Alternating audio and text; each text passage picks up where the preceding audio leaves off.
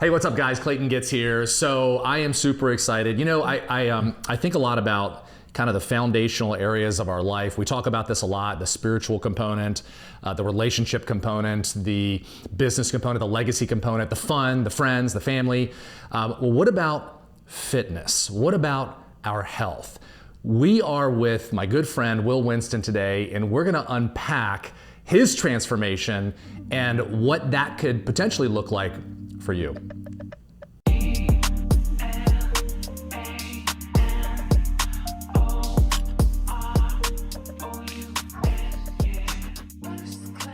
Hey, what's up, guys? Clayton Gits here. So I am joined by a fellow business owner, by my friend, Will Winston. And man, just wait until you hear this young man's story. And I can say young man because he's 43 and I'm 50. Like, I could be your father, which would be weird. So maybe not. But I'm super excited to spend some time with you, man, because as a business owner, I think so many of us struggle with our health, with our fitness, with just feeling really, really good about ourselves, and you and I have been on this personal development journey for many years now.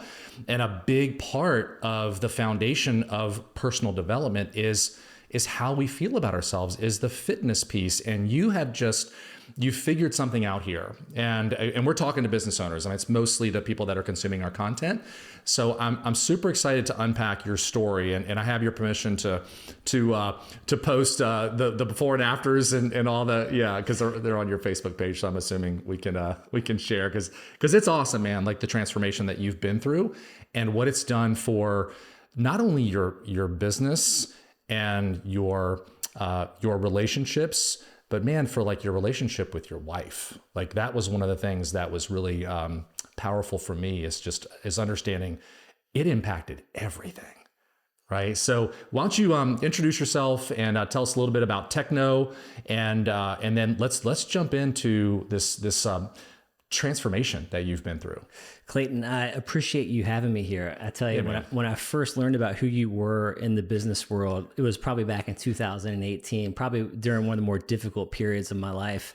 I was raising a family during that decade that we met, and here I am today. It's 2025, 5 years post-pandemic, and I feel like I have finally gotten myself in alignment with the person that I was meant to be. And I did that over an extended period of time with lots of failure, lots of repetition, and lots of wisdom seeking.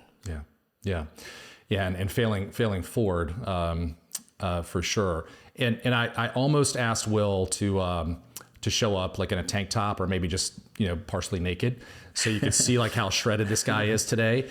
But you probably weren't prepared for that. Anyway, so let's talk about, when you knew you had to make a change, and like, what was the moment where you're like, enough, like I have to, because you mentioned this to our team a couple weeks ago. You said you kind of,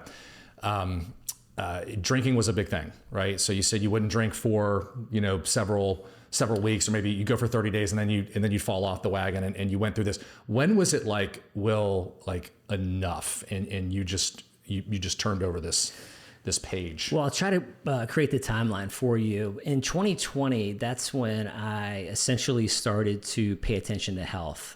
With the pandemic that was going on, a lot of these things I hadn't really heard of before or spent much time investing. What are viruses? How do they impact us negatively? Why, if I'm overweight, would I have a worse response to something like this?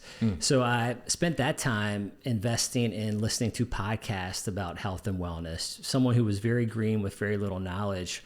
I started listening to the Model Health Show by Sean Stevenson. This is a guy who's able to take health-related topics, regarding, building muscle, metabolic pathways, hormone production, and make it very easy for someone to understand. So I spent time just listening consistently to these influencers who were online with podcasts.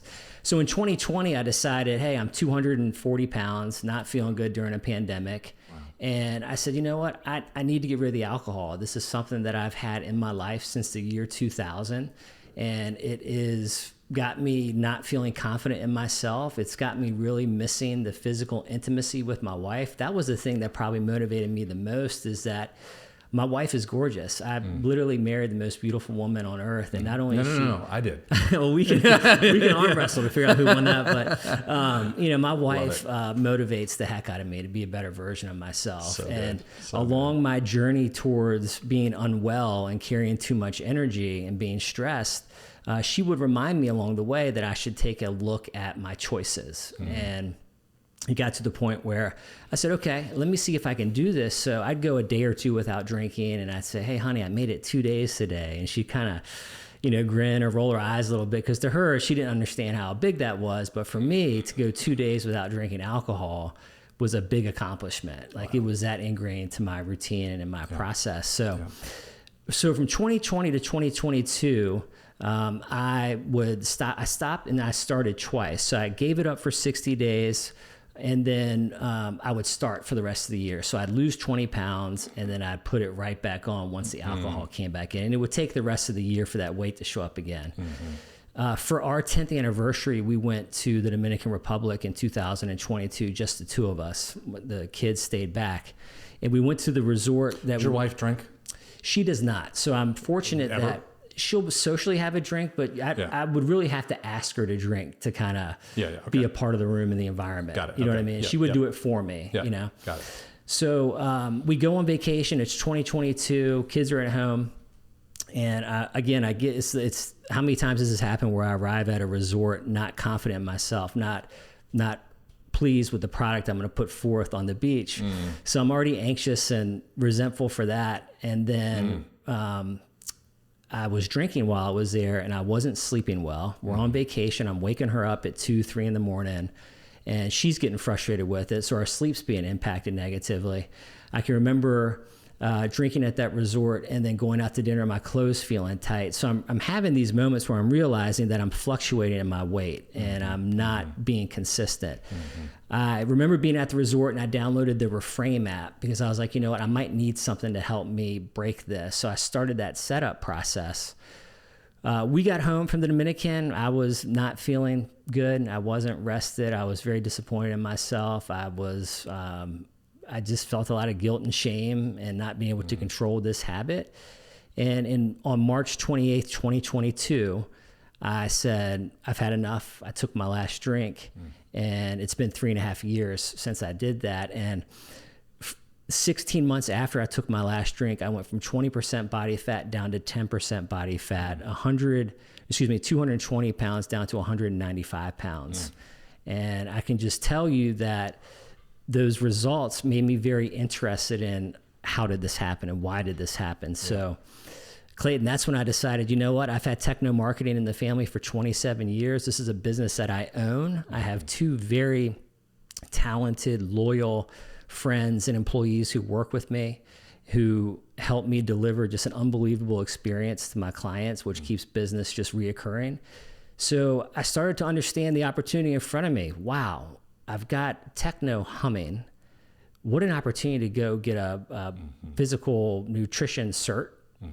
And so I found the Primal Health Institute online, and it was in line with everything that was working for me, everything I was doing throughout the day. So I decided to go through their certification process to understand the science and history of how our ancestral lifestyle is where we need to return for optimal health and wellness. Like, how do we navigate this modern society with an ancestral mindset? So that's my focus every day, is making decisions associated with thriving, not surviving. Thriving is the goal every day, right? So that's how I got here. And, I'm not looking back. And in fact, it's been an opportunity for me to share this lifestyle with so many people. Once I got my certification, it came time to establish a program that I could bring someone through. So for the past year, I've been working on trying to put together how I want to bring this to market in a one-on-one coaching environment to take other folks. Doesn't have to be men. I work with women too, because women want to learn this, because then next thing you know, they want their husbands to learn this. So that's what I'm doing, is just developing my niche and finding ways where I can bring the most value to folks who really are serious about making long-term sustainable changes to their health. So good, man. And and Becca, if you haven't already put the before and after, or planned on putting the before and after up there, I would definitely throw it up there, because it's so impressive. Well, you mentioned that was never I mean, sure, I didn't like the way I looked. I felt like financially and professionally, I had things moving in the right direction, but I still was miserable when I looked at myself. It's a guilt and shame loop. So you're going out, you're generating revenue day after day, you're leading people, you're interacting with clients, you're putting the facade on that you have to for your family to be successful or to survive, if you will. And then you come home and you look at yourself and you go right back into these habits, and they're not creating the best version of yourself. So finally that hit, and I've never looked back. It's never been a question of, am I ever going to do it again? It's just, it's a non-negotiable. Yeah. You mentioned something to our team a couple of weeks ago. We had Will come in and speak to our real estate company, and had such a big impact. And one of the things you said is your wife was at bar, and she came home, and you were in the driveway, or maybe it was the backyard, and you were working out, and you were shredded, and your wife was like, have you looked in the mirror? Like, have you seen what you look like? And you're like, what? And so she takes a picture. It's one of the pictures that we're going to share. And it's like, click, click, click, click. And what's really cool about that for me is, because you mentioned you were missing intimacy with your wife. And I would imagine, and look, I mean, my wife has permission to call me out on all of my bunny stew, my BS. And so, if I get out of alignment in any area, but she loves me, right? So to a degree, they're gonna tolerate us. But I've heard this story before about a significant other, like, and maybe it's not even a word, maybe it's something that you just sense as a partner, like, man, like something's off here. And when I hear your story, like I believe there's a lever. Physically, I believe there's a lever spiritually. I believe there's a lever financially, not multiple, one that we can pull. And if so, by pulling that lever, everything else becomes easier or just unnecessary, right? That's the one thing, by the way. Great book. And you found that lever, because that lever didn't just impact your health, it impacted all the areas. Well, it sets the pace of transformation. And when I'm working with folks, I talk about levers to pull. Right? So removing alcohol, pull a lever. That's a great tool to transform. Okay. Remove grains and refined sugars and seed oils from your diet. Boom. That's a huge level. That's going to stabilize your blood sugar, which will stabilize your mood, make you feel better, and you'll put forth a better product in front of your clients. Right. So pause there for 1 second. Cause there are the alcohol piece is really hard for a lot of people. Right. Can you talk about, because I know there's a connection with the alcohol and with the carbohydrates and with the sugar, and so talk about, first of all, what alcohol is doing to your body, and why it's poison, right? So just talk about that, and then let's talk about the grains and and why we're removing that. Yep. And let me get back to the wife first before we kick into this. One thing I learned as a man, you want to have this physical relationship with your wife. She's the most beautiful woman in your world. But sometimes we're not worthy of it, and we know we're not. And so what I had to do was just go inward on myself and ask myself the tough question. And that question was, are you the type of person that you'd want to be intimate with on a consistent basis, right? And that answer, finally I said, oh my gosh, I've got to build the man that just captures her interest. So what do I got to do? Well, I've got about 50 pounds to get off. That's good. So I started there. And then when I got rid of the drinking, next thing you know, it got to the point where my wife wouldn't want to get close to me if I smelled like alcohol, which was most of the time. So the drinking was the next thing to go. And then next thing you know, energy levels change, enthusiasm changes, confidence builds. All of a sudden you're a guy who's consistent on his choices. Now you feel like you deserve it with your wife. And not just to be rationed, but to have a deep, intimate connection where she can feel the energy, where you literally put out the vibe that, hey, I've built this for you. This is for us to enjoy. I want you to feel everything that I'm bringing to this moment, because this has been years of solid choices. That's really good. Culminating right here. And that's what motivates me, man. How much pleasure and joy can I bring to her? When she said she would marry me, when she said I do, I literally think to myself and ask myself and reflect upon, is she going to answer that was the best decision she ever made in her life? Mm-hmm. Can I make her feel that way? Mm-hmm. Because think about it, when she feels that way, can you imagine how that's going to reciprocate to your children and their experience in the house? Yeah. So good, man. So if we control ourselves, we get ourselves in order, then that energy is contagious, right? And then we can bless our family with it. But it all starts with us. It's that self-investment piece. Yeah. We can't control anything externally, right? I couldn't say, honey, why won't you just be with me? Why can't we set up time to do this and that? That's not how this game works, right? You build the guy worthy of it, and then these things just start to happen. And I'm telling you, that's what we got to do. So now are you like, honey, not tonight. Like I'm bloated. Are you that guy now? No. I tell you, no, because I really don't get bloated. But listen to this. No, with the diet, I don't get bloated, and that's one thing I will tell you. Let's talk about this diet piece. I'm going to go back to your alcohol question. So when and this is one of the main reasons why I never went back to alcohol, because when you look at how the human body prioritizes fuel, there's an oxidative order to how we metabolize fuel. So alcohol must be oxidized before anything else, because it can't be stored in the body, and it's toxic. It's got to get it out. Yeah. So the ethanol moves into the body. The liver tries to contain it. The liver turns it into, let's see, it goes to ethanol, and then I forget what it turns into before we oxidize it, but it's a very toxic process. It creates acetaldehyde in the liver, and this toxicity spills over into the bloodstream. And then that's what causes us to feel intoxicated and unwell, right? Because the body's trying to manage the toxicity. So it gets turned into acetate. So the acetate needs to get burnt off. Yep. Well, if you're drinking beer, you're not only getting the ethanol, but you're getting the carbs with it as well. You talk about those IPAs, you're getting the gluten from the grains, you're getting these other things that are agitating to the whole system. Yep. So we've got to work through alcohol in our system before we can even work through the carbohydrates that we're eating. Okay?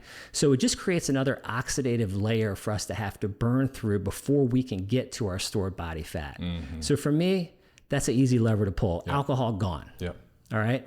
Now I'm looking at carbs. And this is where the next level of the coaching piece kicks in, because carbs are not essential, meaning your liver will make its own glucose, because there's certain cells within the body that can only burn on glucose.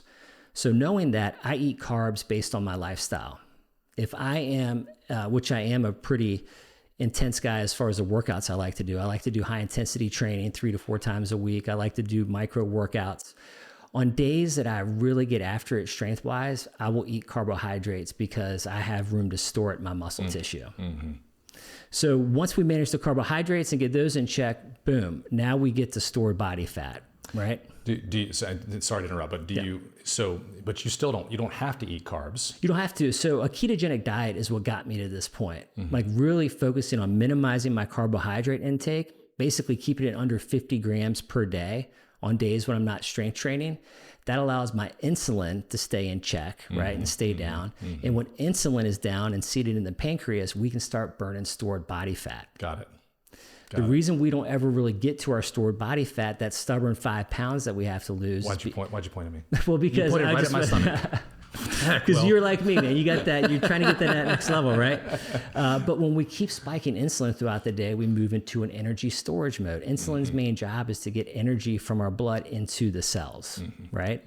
So when insulin is seated and not active, and we're not eating carbohydrates, next thing you know, after 12 to 16 hours, we can flip the switch to burning stored body fat. Got it.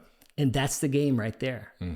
So I learned that and applied it consistently, and I still apply it today.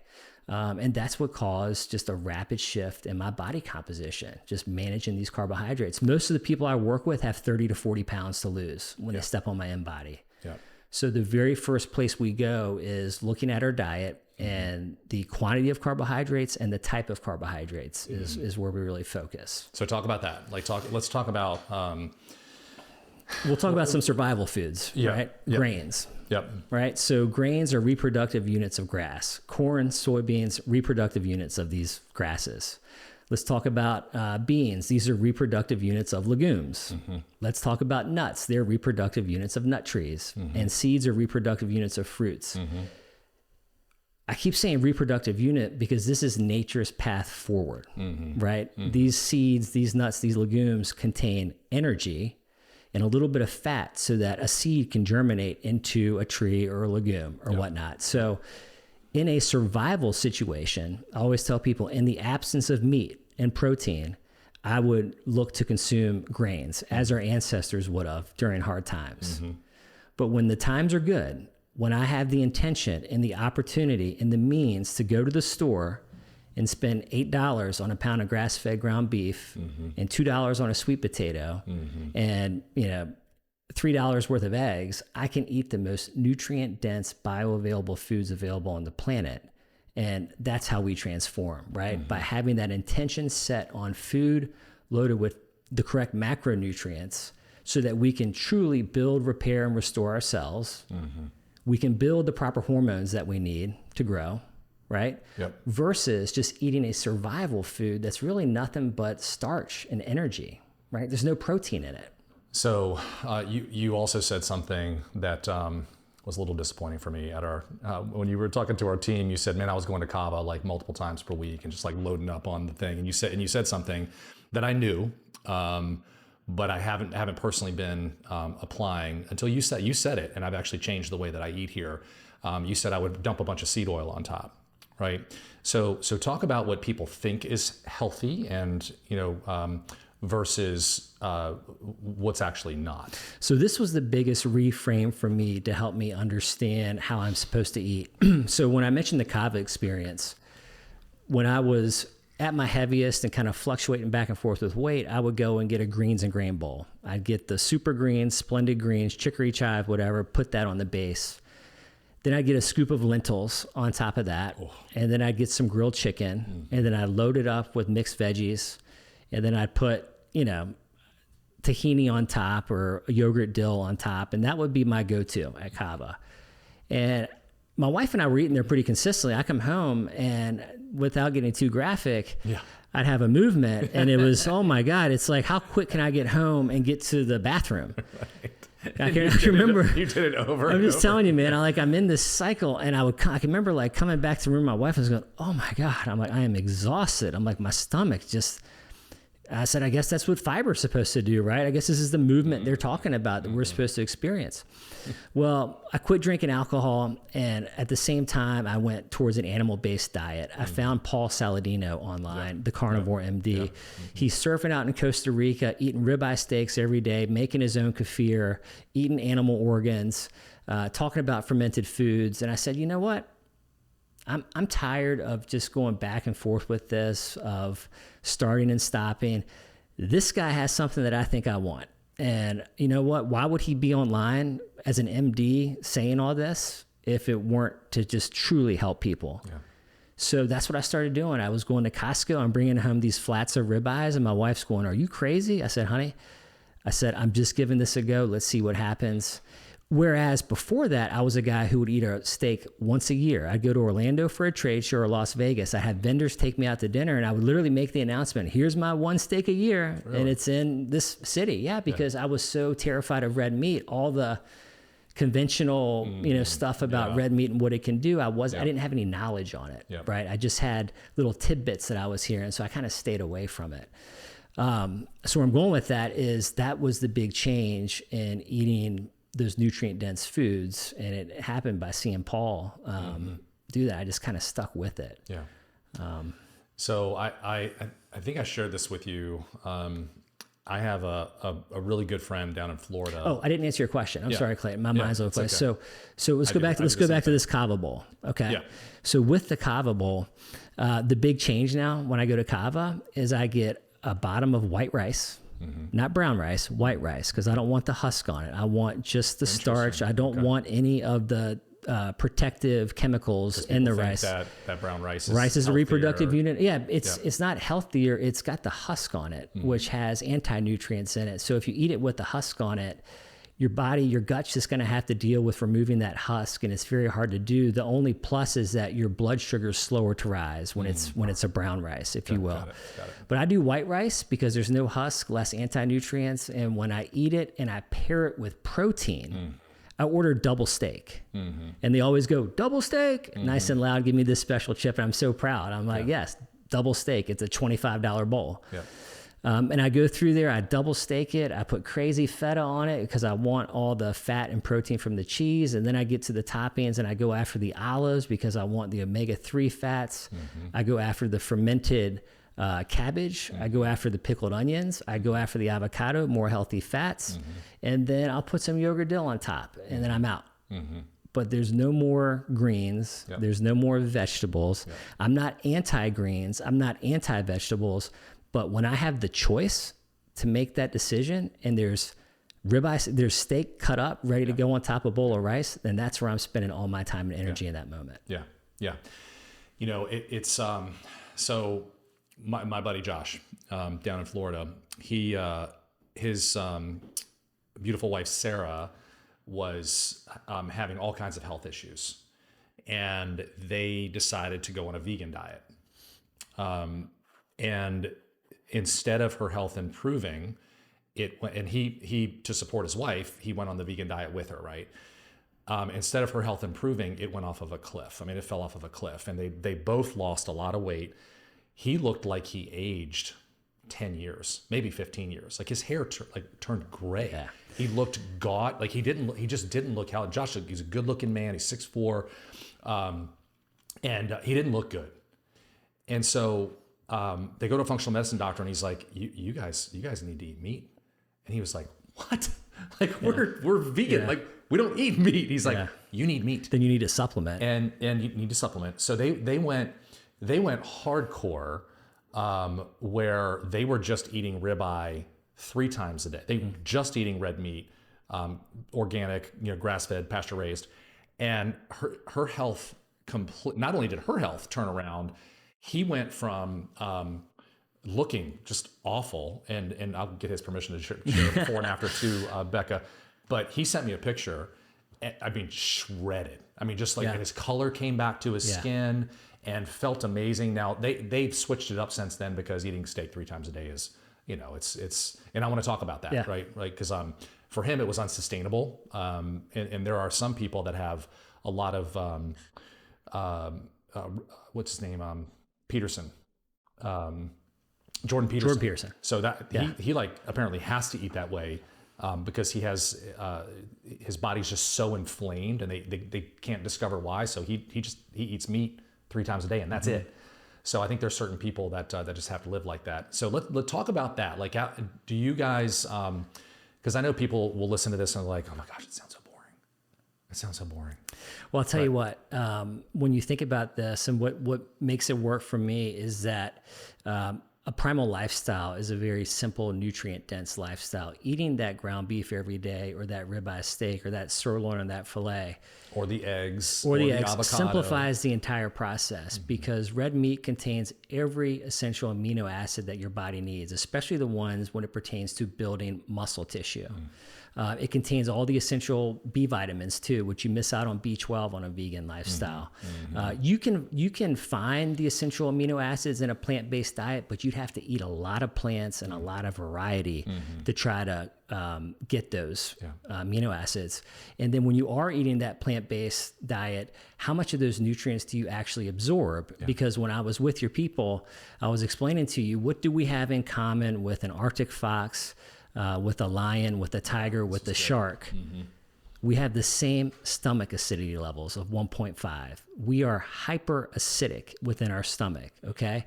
The reason for that is because we truly are hyper carnivores. It is by design that we are so acidic, so that when we ingest tissue and bone and tendon, we have the acidity levels to liquefy it, to turn it into chyme, so that when we move it into the small intestine, that next 20-foot journey through our small intestine, our enzymes are there that can just extract every bit and piece from that substrate that you just ate. And that's by design. As we've evolved, we've grown a longer small intestine so that we can spend more time extracting these nutrients from things like meat and fat and whatnot. When you look at plants, vegetables, lettuce, things like that, we do not have, number one, the acidity level to ferment these efficiently. So I told you before, we have a very acidic stomach. As the food moves to our digestive tract and reaches our colon, we have some of our strongest bacteria in our colon, and that's by design. Because anything that reaches our colon, that last 5 feet before we expel waste, anything that's still there that can be broken down, we have very strong bacteria that can literally chew through fibrous bonds of plants and vegetables and turn them into fatty acids. And in the process, you get a lot of gas during that process. So every time I would eat greens or like a lot of sugar, things that we don't ingest on the front end and we send towards the colon to ferment, to break down, that's when you're going to get gas as a byproduct of all that. So by design, we are not designed to extract all the full nutrients available from plants and vegetables. You know, whereas a cow has 4 stomachs, it has a ton of bacteria in them. They're less acidic than we are. We're monogastric. We have 1 stomach. We are designed to eat a nutrition efficient meal and keep moving on to the next place. You with me? It's fascinating. Well, and you gave an example of a gorilla, you know, that eats a mostly plant-based diet because their digestive system is able to break all those, you know, I guess they're eating a lot of roots, tubers, things like that, bamboo shoots. But their digestive system is able to break it down and turn it into...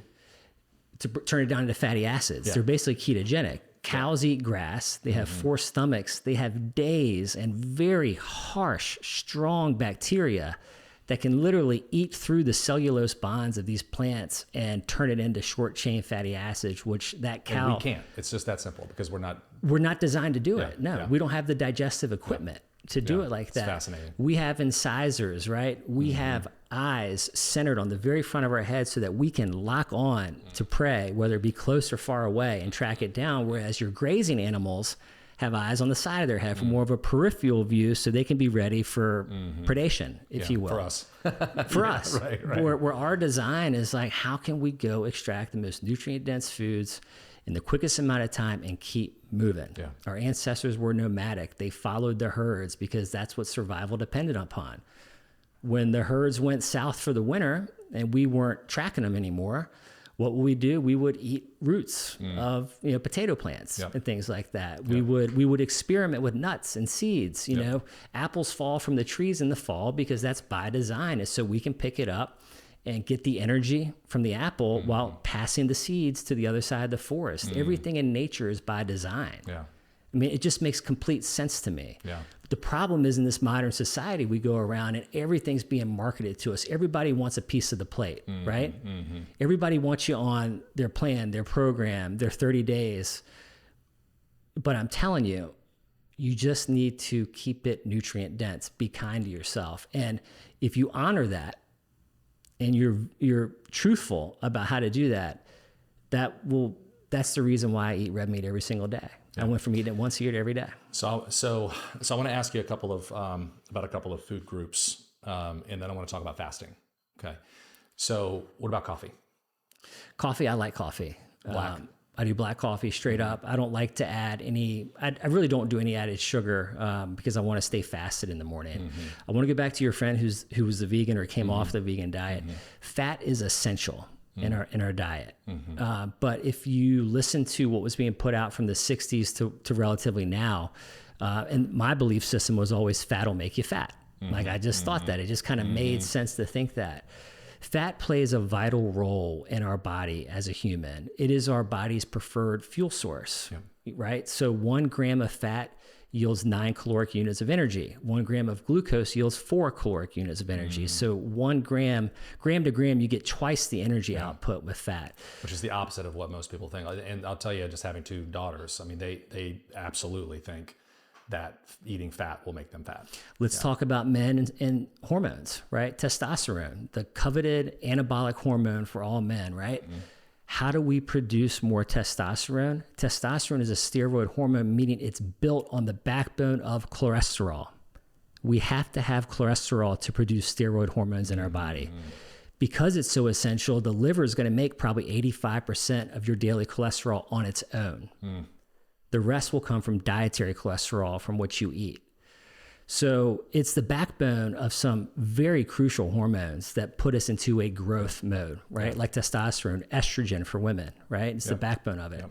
When we make choices that keep us stressed and in a sympathetic state, fight or flight, we downregulate our testes as men. When we drink alcohol, when we make choices that put us into a sympathetic, stressful state where we're detoxing, where we're prioritizing managing the symptoms of your choices versus growing with them, the body has to determine where does it want its power to be, right? So for a guy who's drinking alcohol 3 to 4 nights a week, do you think the body's going to really focus on more power in the testes to produce more testosterone? No, it's going to dim the lights because this guy doesn't make choices in alignment with the guy who needs high testosterone. Yeah, man, I hope you're listening to this right Does that now. make sense? It makes complete sense. What about Celsius?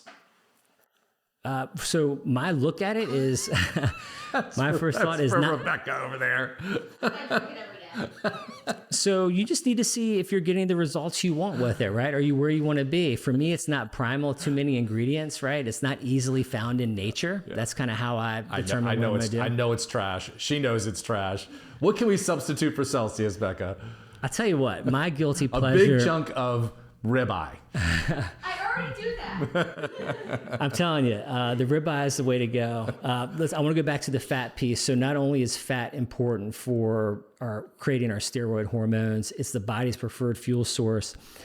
Cholesterol is actually used to create bile in the body, and bile is moved from our gallbladder into our small intestine when we eat nutrient-dense foods like fatty foods. It helps us break down fat and move it into the bloodstream, if you will. So it also helps us absorb fat-soluble vitamins, A, D, E, and K. They all need fat to pass through our gut to get into our bloodstream and work their magic, right? So the last thing I will tell you, and you were talking about this earlier with your friends who are aging and looking older, out of the 40 trillion cells that we're made of, they have these fatty membranes on each cell, and they're all composed of saturated fats, monounsaturated fats, and polyunsaturated fats.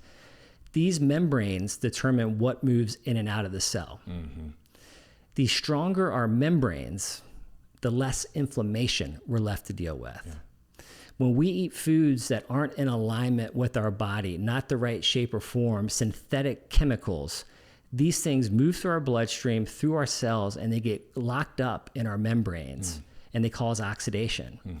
With time, our membranes begin to degrade, and next thing you know, we're dealing with oxidative stress within the cell. Our DNA's getting tripped up and what it's coding out for the cell to do. It leads to a lot of speed bumps, if you will, just a lot of just a bumpy ride down the road, right?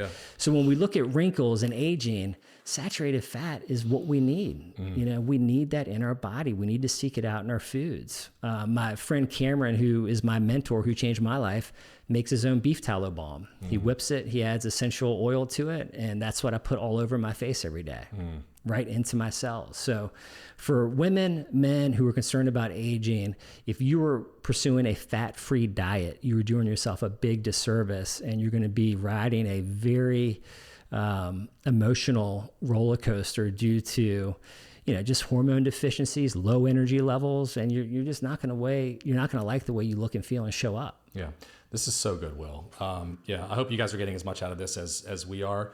Does Cameron sell his beef tallow balm? I've told him he needs to, because I've been taking it to Burn Boot Camp. I mean, we could, I'm telling you, I've been taking Come on, Cameron. I take it to some friends of mine and hook them up with it from time to time, and it's a big hit. Cameron is a guy who I met just at an event one evening, just some friends from school.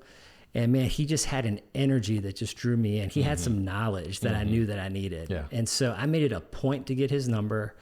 And I just felt that there was something coming from him that could elevate me.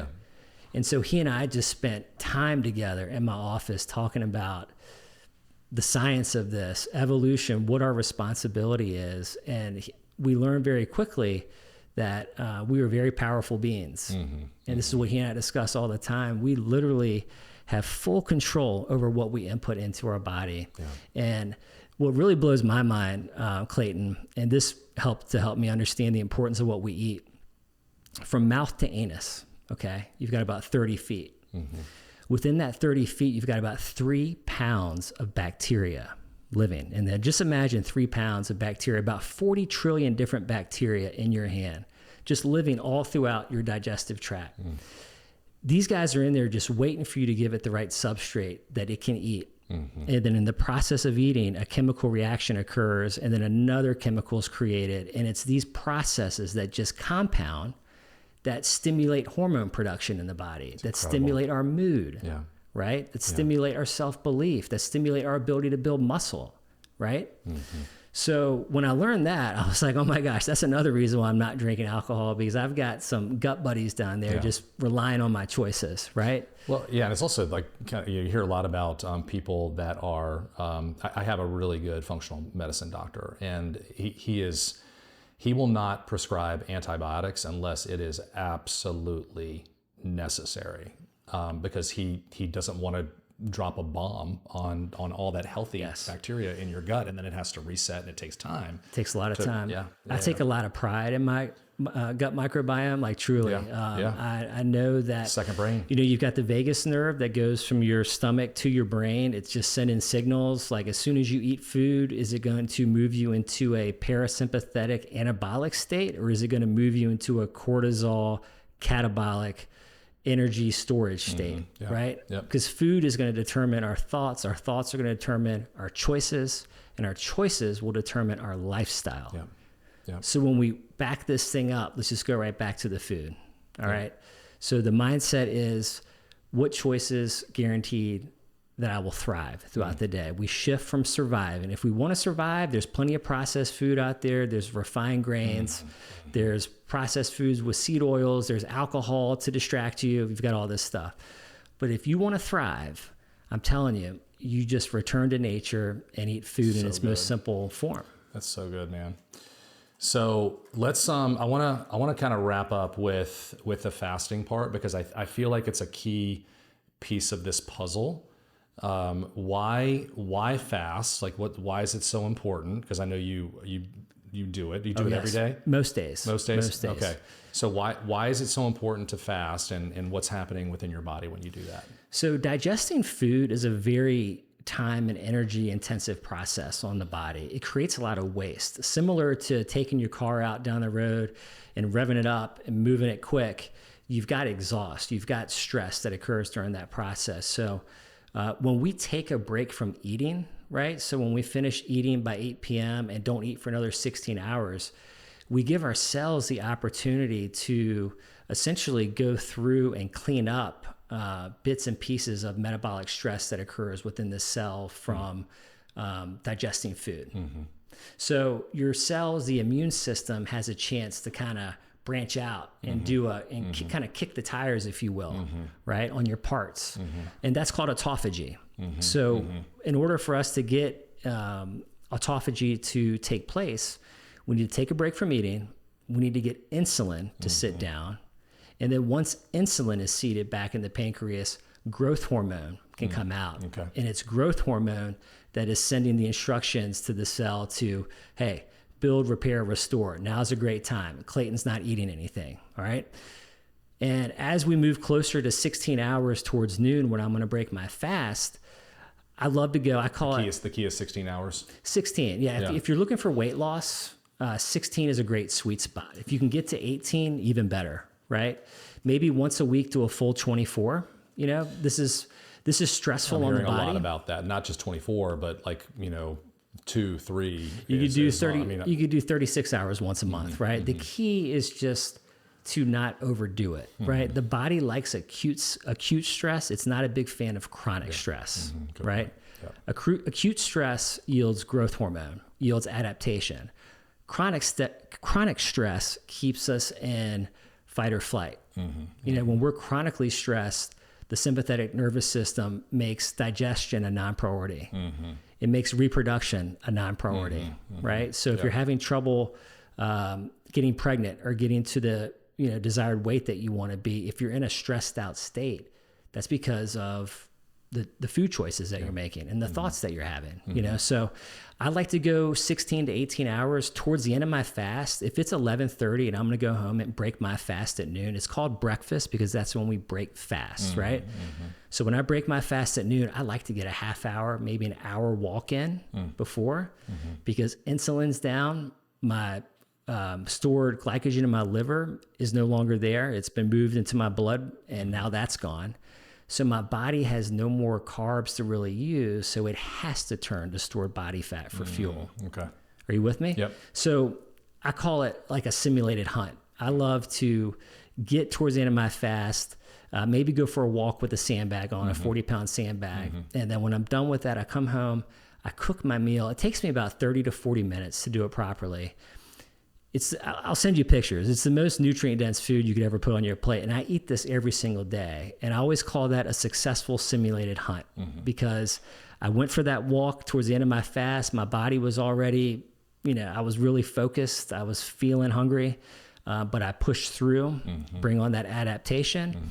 And then when I break my fast with that food, boom, we are going to rest the rest of the day and we're going to move into that anabolic state and we're going to grow with this. We're not going to go work out again, right? We're going to rest and digest. And, there's a reason why we say a blessing before we have dinner, because we need to get in that mindset of every time I break my fast at home and I look at my plate and it's either half a plate of ground beef with some organic sweet potato and avocado, 2 farm eggs, I just think to myself, how blessed am I? Because I've manufactured my day around my nutrition. Yeah. I've been able to work my day around being here in this moment, about to receive this unbelievable appropriate bounty from nature in its most simplest form. Yeah. And then I use it to grow. And you feel incredible. And so we shift into that mindset and you feel incredible. And now my wife eats it too. I just times 2 whatever I do. Yeah. My wife eats the exact same thing. She loves it. At first, it was kind of like an adjustment for everybody, but she's seen the results. I think she likes the man that's in the house with her, and she's all in on this. Yeah, I love it, man. How about the kids? The kids, this has been the main reason, Clayton, when you talk about your why and why to transform, the thing that hit the hardest for me is understanding that later in life, the relationship I want to have with my children, the influence I want to have with them, I know that I'm not going to be able to preach to them when they're in their early 20s, mid 20s. I know that if I want them to come and want to spend time with me and my wife, I can't be the guy questioning their choices and calling them out for things that I'm not in agreement with.